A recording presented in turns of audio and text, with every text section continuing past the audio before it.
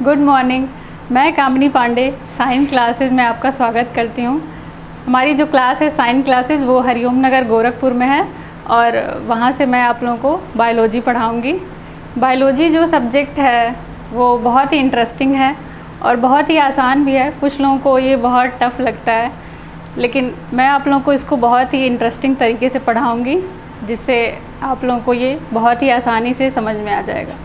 हमारे जो आने वाले एग्ज़ाम हैं जैसे कि RRB, NTPC, SSC, UP police, UPSI, इन सब में जो है बायोलॉजी के क्वेश्चंस आते हैं जो आप अगर एक बार पढ़ लेंगे तो आसानी से सॉल्व कर सकते हैं और अच्छा स्कोर कर सकते हैं। आज हम लोग ये जानेंगे कि हम लोग बायोलॉजी में क्या क्या पढ़ेंगे। जीव विज्ञान में हमको कौन कौन से ऐसे टॉपिक हैं जो पढ़ने हैं जिससे हम एग्ज़ाम में अच्छा स्कोर कर सकते हैं। तो आइए देखते हैं कि बायोलॉजी में हमें क्या क्या पढ़ना है। जैसा कि आप देख रहे हैं, बायोलॉजी मतलब कि जीव विज्ञान। जीव विज्ञान में हम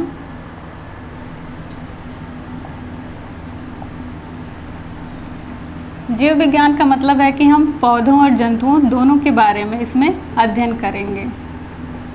यानी कि हम ये जानेंगे कि पौधे कैसे अपना भोजन बनाते हैं, जंतु कैसे पौधों पे डिपेंडेंट रहते हैं अपने भोजन के लिए, या फिर उनकी जो भी शरीर की क्रियाएं होती हैं वो कैसे करते हैं। इन सब के बारे में हम पढ़ेंगे जीव विज्ञान के अंतर्गत।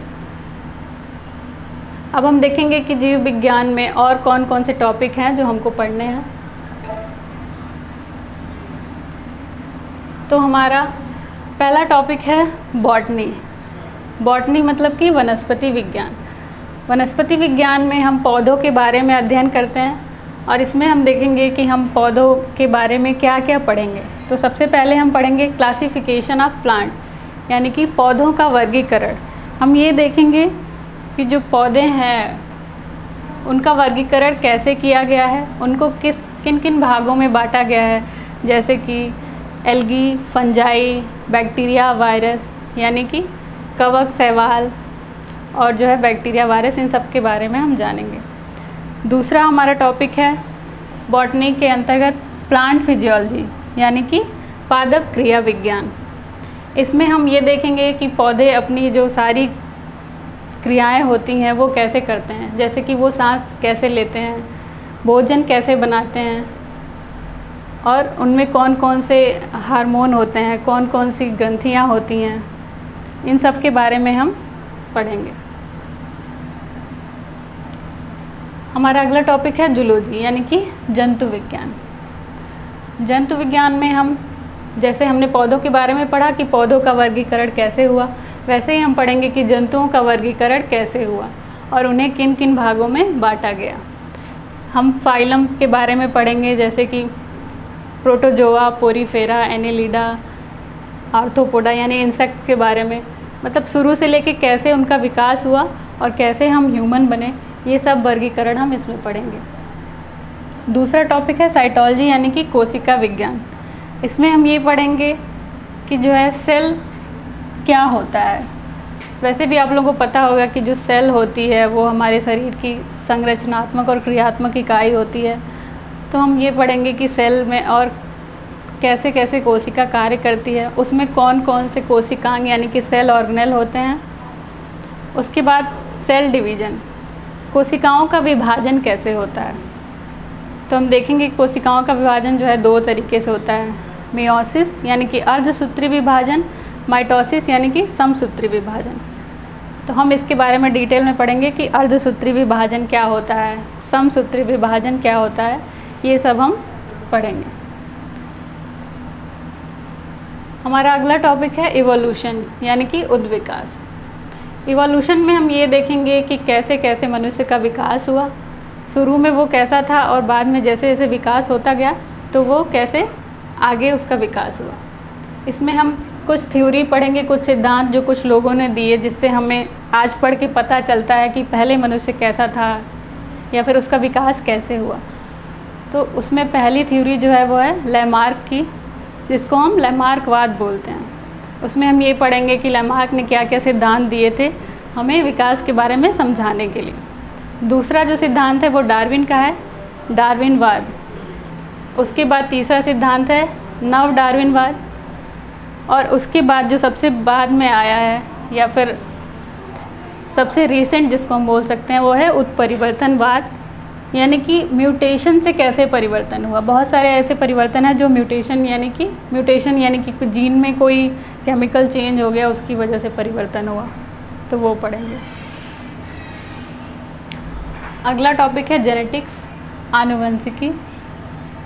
इसमें हम लोग सबसे पहले मेंडल्स लॉ के बारे में पढ़ेंगे कि मेंडल ने क्या क्या नियम दिए हैं हमें ये समझाने के लिए कि पेरेंट से ऑफस्प्रिंग तक, एक जनरेशन से दूसरे जनरेशन तक कैसे जो है कैरेक्टर ट्रांसफ़र होते हैं।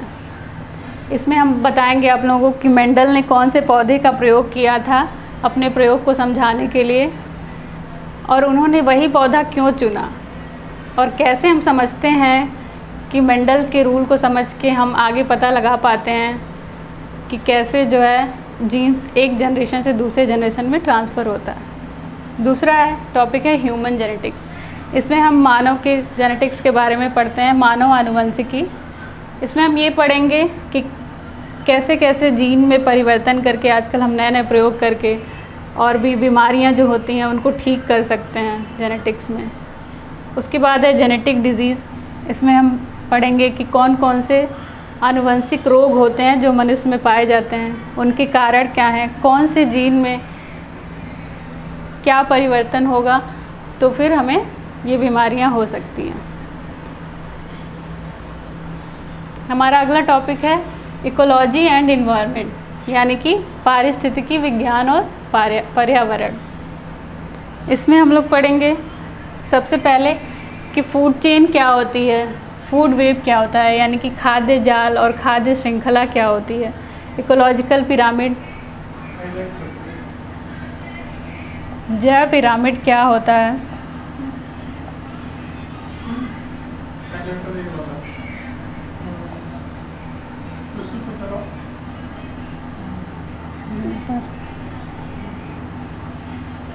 कलर ही नहीं चला, इसमें भी कलर है।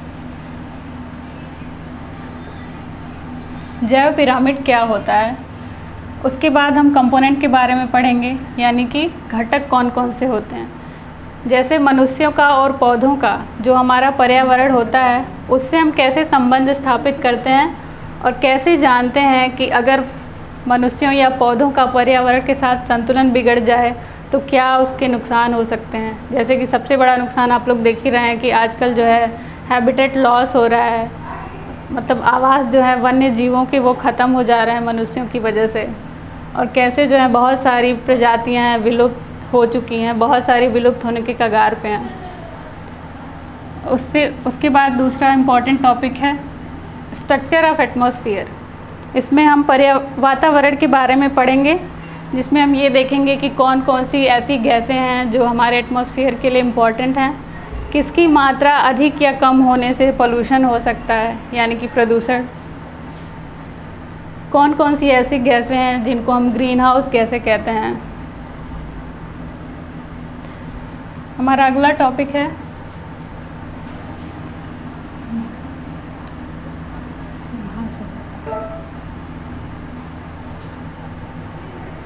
Human physiology. ये जो है बायोलॉजी का सबसे इम्पॉर्टेंट टॉपिक है और सबसे ज़्यादा सवाल जो है यही से आते हैं। मानव शरीर विज्ञान, इसमें हम मनुष्य के विभिन्न अंगों के बारे में और अंग सिस्टम के बारे में, अंग तंत्र के बारे में पढ़ेंगे, जिसमें हम ये पता लगाएंगे कि कैसे जो है मनुष्य का ऑर्गन यानी कि बॉडी कैसे काम करती है और कैसे कैसे उसकी फिजियोलॉजी है, ये सब हम पढ़ेंगे। इसमें जो है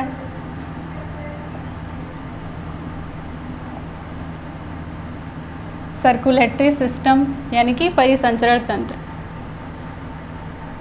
उसके बाद है एक्सक्रीटरी सिस्टम उत्सर्जन तंत्र, नर्वस सिस्टम, स्केलेटन सिस्टम यानी कि कंकाल तंत्र, डाइजेस्टिव सिस्टम पाचन तंत्र, और लास्ट में है रिप्रोडक्टिव सिस्टम यानी कि जनन तंत्र। इन सब के बारे में हम डिटेल में आगे की क्लास में पढ़ेंगे।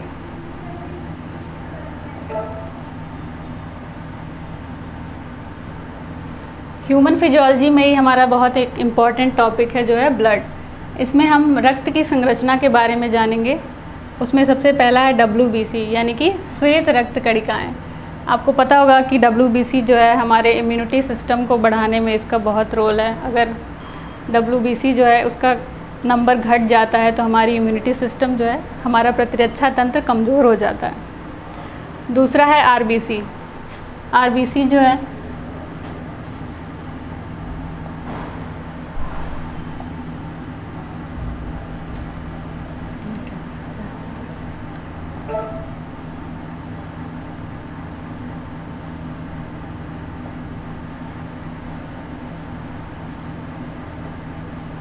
यानी कि लाल रक्त कणिकाएँ।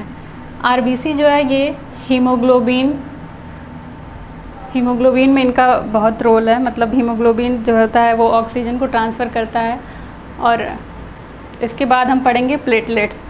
प्लेटलेट्स जो है इसका भी प्रतिरक्षा तंत्र में बहुत काम होता है।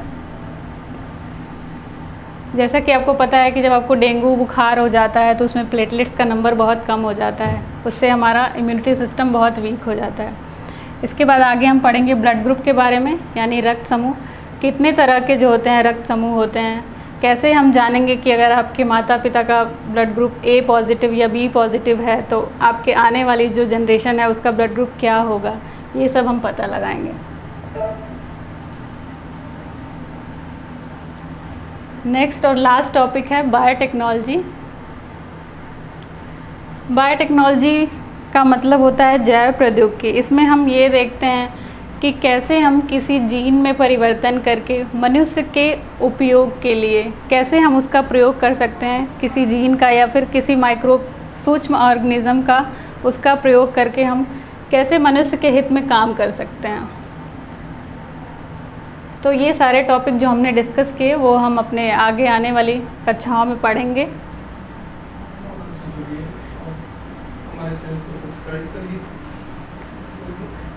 मुझसे बायोलॉजी पढ़ने के लिए आप साइंस क्लासेस जो हमारा YouTube चैनल है उसको सब्सक्राइब करिए, लाइक करिए और आगे की क्लास लेने के लिए हमसे जुड़े रहिए। Thank you.